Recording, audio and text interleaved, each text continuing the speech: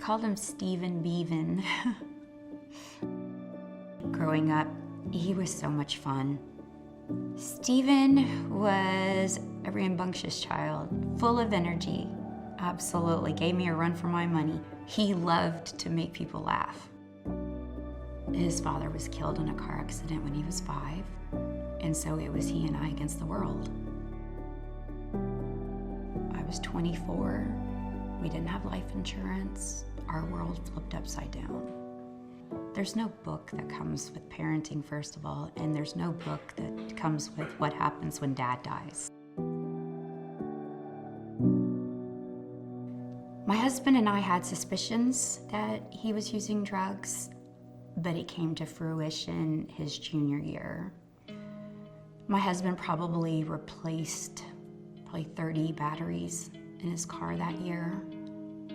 Stephen would go out on his lunch break to his car and get high, and would leave his car running and forget, and go back into school.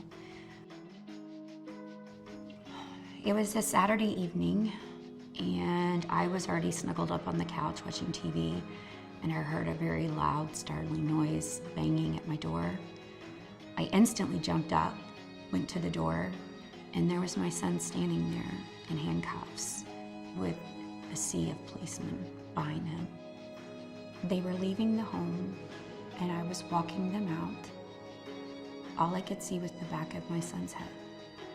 They were pushing him towards the truck, and I stood there and cried.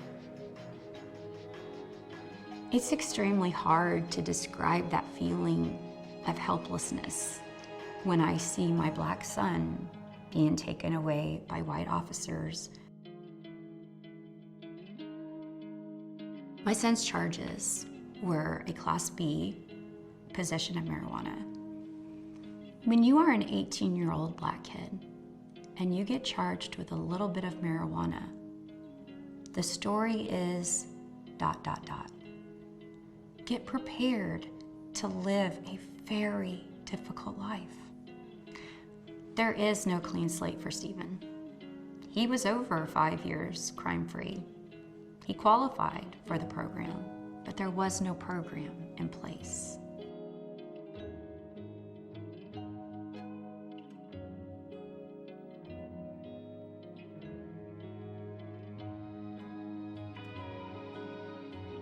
He had so many requirements and so many things he had to do that were ever-changing.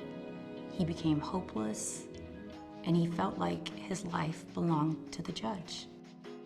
You would be very surprised at how many things you will not be able to achieve with a small, nonviolent charge. My son completed all of the conditions of his deferred adjudication, and yet here he still is, unable to get his own apartment, unable to live in a dorm. It still comes up in employment verifications. And that was when he was 18 years old. He's 26 now. When I work on Clean Slate Texas, I feel ecstatic. I feel hopeful. I feel like I'm making a change.